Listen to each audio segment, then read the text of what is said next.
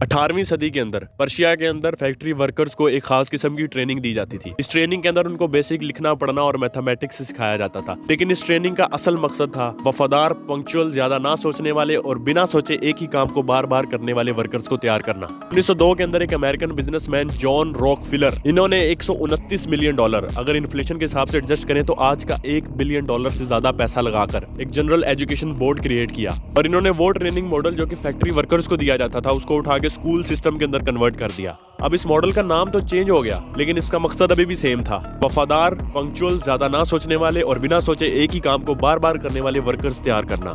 Education system के अंदर आपको सबसे पहले फेलियर से डराया जाता है। आपको बताया जाता है कि failure is not an option. Business करने के लिए सबसे पहली और जरूरी चीज जो आपको चाहिए होती है वो है रिस्क टेकिंग एबिलिटी, यानी कि रिस्क लेने की सलाहियत। एजुकेशन सिस्टम के अंदर आपको जब फेलियर से डराया जाता है तो आपके अंदर से रिस्क टेकिंग एबिलिटी खत्म हो जाती है। एजुकेशन सिस्टम के अंदर आपको बताया जाता है कि आपने सिर्फ अकॉर्डिंग टू सिलेबस ही पढ़ना है, अकॉर्डिंग टू सिलेबस ही सोचना है, अकॉर्डिंग टू सिलेबस ही लिखना है एग्जाम के अंदर। इससे आउट ऑफ द बॉक्स आपने नहीं जाना। इसकी वजह से स्टूडेंट्स के अंदर जो है वो क्रिएटिविटी खत्म हो जाती है। वो अपनी क्रिएटिव माइंड के अंदर कोई चीज नहीं अपने आप से सोचते। अगर आपको ये सारी चीजें झूठ लगती हैं तो आप जाकर गूगल पे आर्टिकल्स पढ़ सकते हैं कि जॉन रॉकफिलर कौन था।